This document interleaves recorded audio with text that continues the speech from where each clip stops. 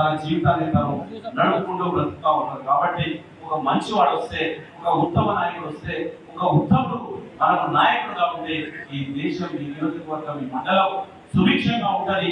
అన్ని విధాల అన్ని రంగాలలో అభివృద్ధి జరుగుతుంది. కాబట్టి మనం అందరం కూడా అన్నకు ఏ విధంగా కాంగ్రెస్ పార్టీ వాగ్దానం చేసిందో, ఎమ్మెల్యే టికెట్ వదిలేసుకున్న తర్వాత ఎంపీకి వస్తున్నారు. కాబట్టి వీరందరూ కూడా ఆయన కోసం పార్టీ గెలవాలని, వీరందరూ కూడా కష్టపడాలని, కృషి చేయాలని, అన్నకు కూడా మంచి జరగాలని కోరుకుంటూ ఆ భగవంతుని ప్రార్థిస్తూ సెలవు తీసుకుంటున్నాను. Thank you.